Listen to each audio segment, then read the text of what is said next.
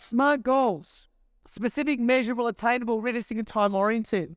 I'm going to give you a very quick example of how you could apply this. So let's say you just had a generic goal of, I want to get better marks in school. That is way too general. What we first need to do is make it specific, then measurable, attainable, realistic, and time-oriented. So let's imagine the person's name is John Johns. John Johns wants to improve his marks in maths, English, science. That's a bit more specific. We now know the 3 subjects, maths, English, science. He's an average of 60% across the board in all 3 subjects. He wants to go from 60 to 80% in 3 months. So now we've got an increased rate specific, and we've got a time frame. Just follow my conversation here. And now John Johns is going to study 5 days a week, Monday to Friday, 2 hours a day, from 4 o'clock till 5, then have a break for 15 minutes, then 5:15 to 6:15. You just follow me so far? Great. Now what we want to do is we want to measure this progress. How we could measure this is John Johns can go to his teacher and say, can I do a practice test every 2 weeks?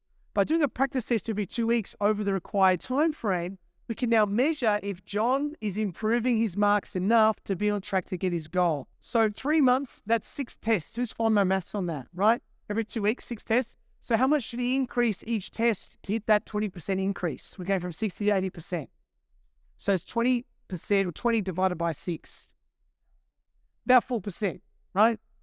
4%. A little bit less, we'll say 4% just to be up. So that means that John needs to, in the first test, get 64, the next test gets 68, the next test gets 72, so on and so forth. So what we do is if he gets less than that 4% increase, we need to increase the study or have a better strategy. Who's followed the conversation so far?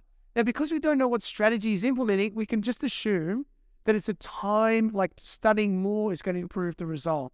Is this goal attainable? Yes or no? Is it realistic? Yes or no? Yeah. Would it be realistic to increase by 20% over 2 weeks? No. You'd probably be setting yourself up for failure. Over 2 months, 3 months, that's probably more realistic. And time-oriented, we set a specific day and time for John Johns to achieve that goal. So what you're doing is you're taking something that's quite generic and big picture, and you're putting it into a formula. So you'd write that out into a paragraph statement. That is a SMART goal.